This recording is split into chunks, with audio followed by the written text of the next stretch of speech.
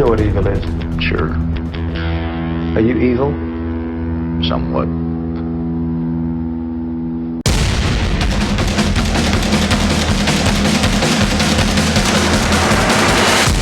Sip, mantap. Hello guys, welcome to my channel. Gimana kabar kalian semua? Sehat? Sip, mantap. Kisah kali ini adalah tentang pembunuh berantai yang berasal dari New York, Amerika Serikat, yang terkenal dengan julukan Janis River Killer.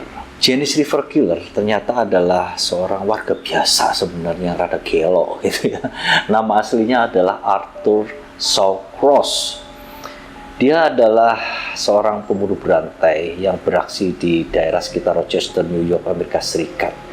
Dia melakukan kejahatannya itu antara tahun 1972 hingga tahun 1989. Memang dalam rentang waktu itu ya sebenarnya ada beberapa perdebatan gitu. Dia udah bunuh 13, 12 atau 11 gitu. Cuman yang terkenal sih dia 13 orang ya. Rupanya si Arthur ini adalah seorang maniak seks. Dia adalah seorang yang depresi atas akibat pelecehan yang dialami sejak dia masih kecil. Dan dia juga punya masalah tentang ejakulasi dini. Itu adalah hal-hal yang memicu dia berbuat jahat. Arthur ini lahir di Kittery, Maine. Dia anak pertama dari 4 bersaudara.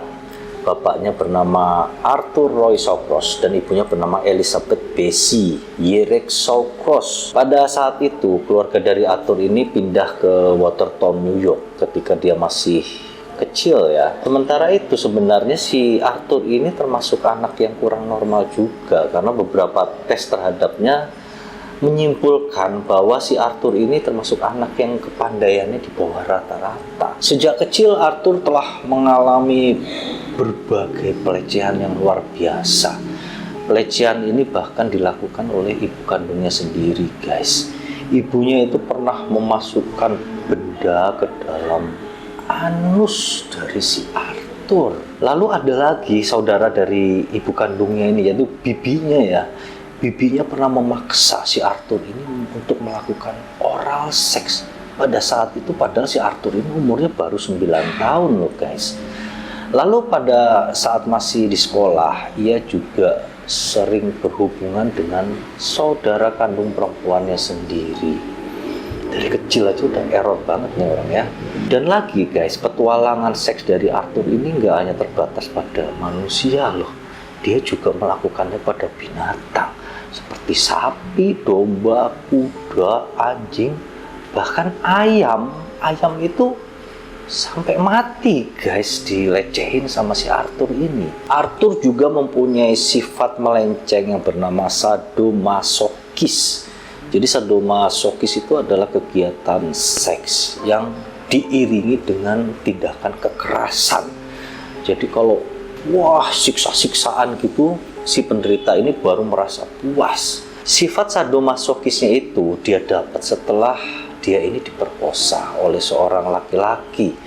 Jadi yang merkosa itu sebenarnya temannya sendiri, kakak kelasnya sendiri guys, cuman lebih tua gitu. Laki-laki ini memperkosa Arthur dengan secara brutal. Dan sejak itu Shawcross ini nggak bisa mencapai orgasme tanpa melibatkan rasa sakit. Titik balik dalam kehidupan Arthur Shawcross ini terjadi pada tahun 1968. Ketika itu Arthur diwajibkan menjadi tentara dan dia memulai tur tugasnya di Vietnam. Itu menjadi hal yang penting dalam titik kehidupan dia ya, karena disitulah dia belajar caranya tega untuk membunuh manusia. Dalam perang di Vietnam itu, dia telah menghabisi nyawa musuh sebanyak 39 orang dengan membabi buta.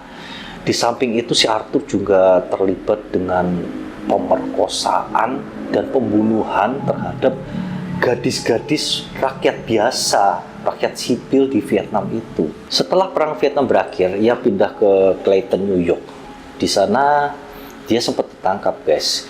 Itu akibat dari kasus pembakaran dan perampokan yang dilakukannya. Dia bakar rumah.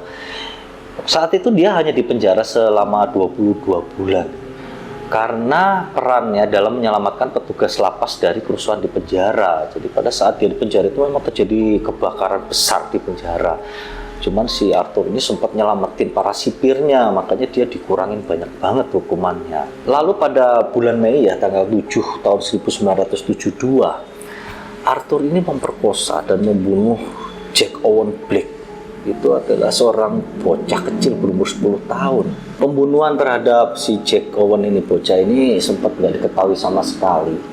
Sampai akhirnya bulan September, akhirnya polisi berhasil menemukan tubuh dari jasad si Jack ini ya. Itu pun karena informasi dari seorang pemburu yang berada di hutan.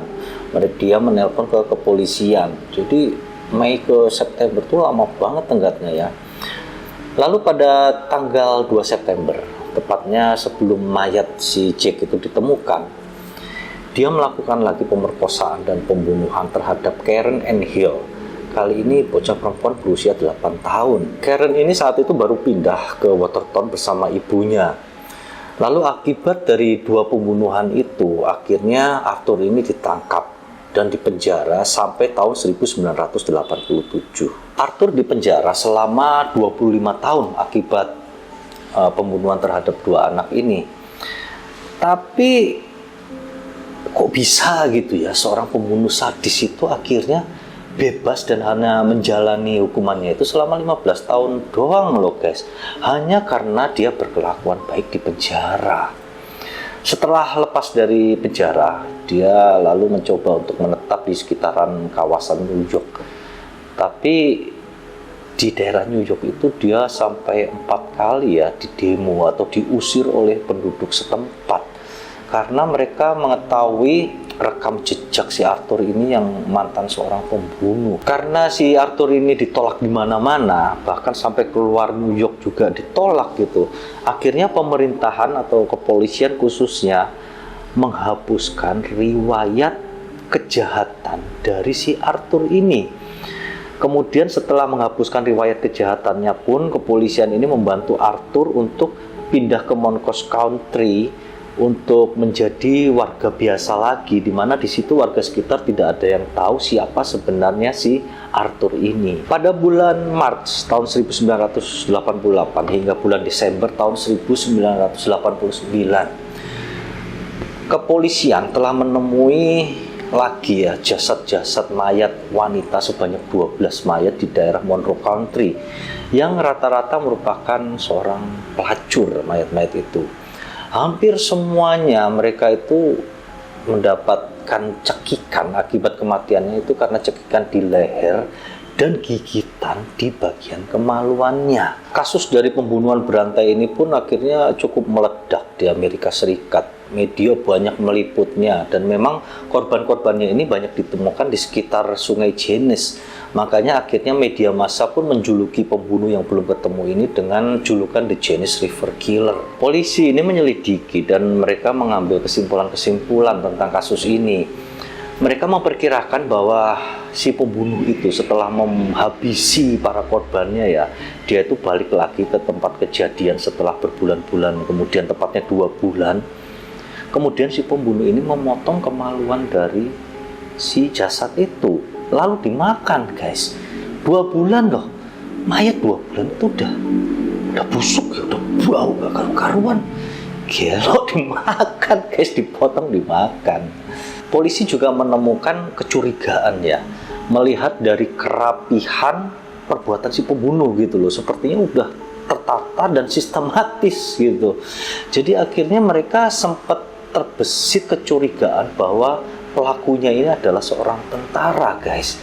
Makanya kepolisian kemudian mendata orang-orang mantan veteran dari Vietnam.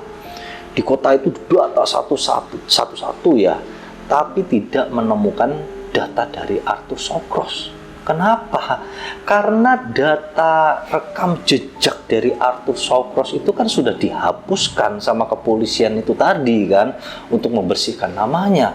Makanya Arthur Shawcross ini tidak ada di daftar orang-orang yang dicurigai. Penyelidikan polisi terhadap kasus pembunuhan ini menemui jalan buntu. Mereka sama sekali nggak dapat petunjuk ya.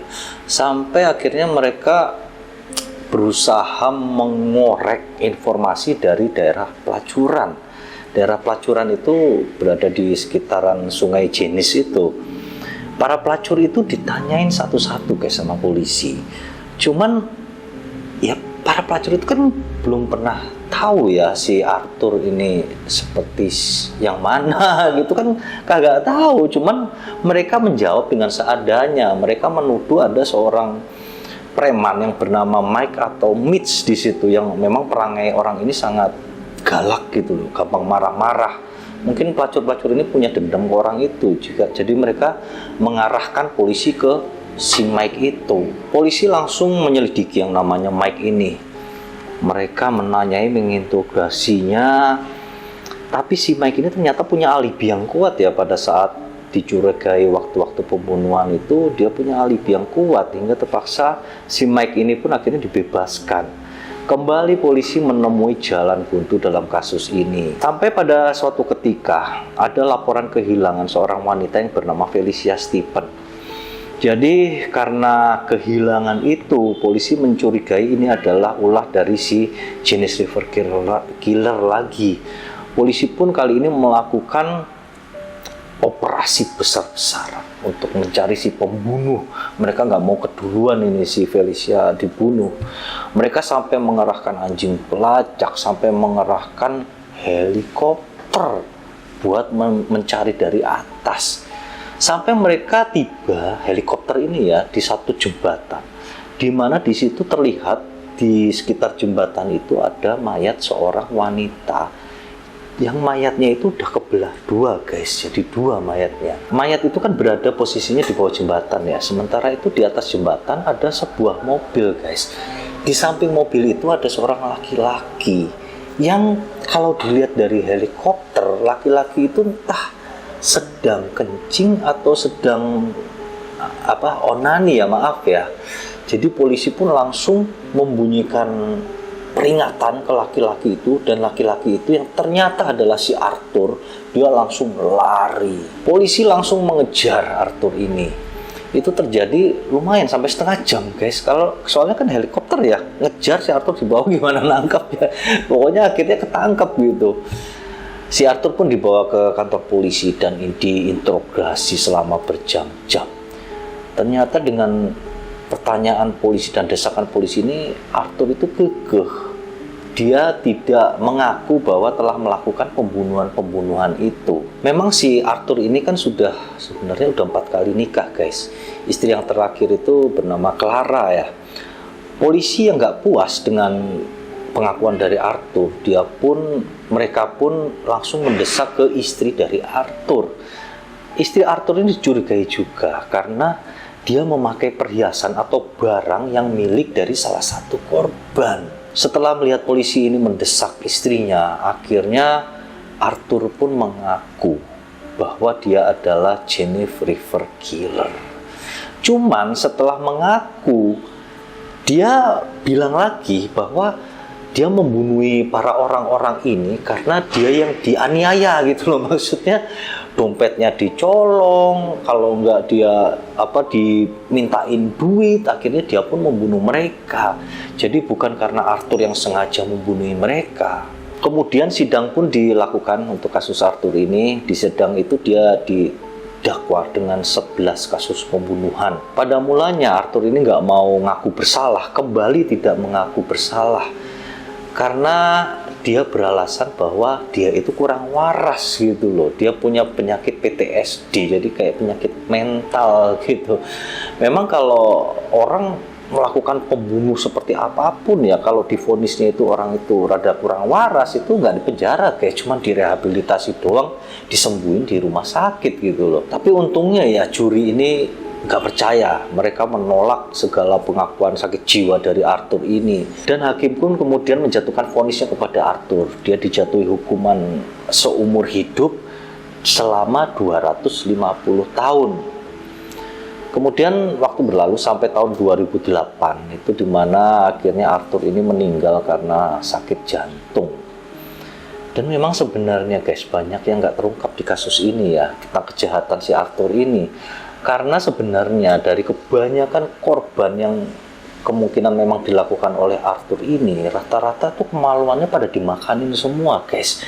Jadi Arthur ini sebenarnya adalah seorang kanibal. Gila, masih untung ya dia nggak dihukum mati gitu kan, cuma dihukum seumur hidup doang.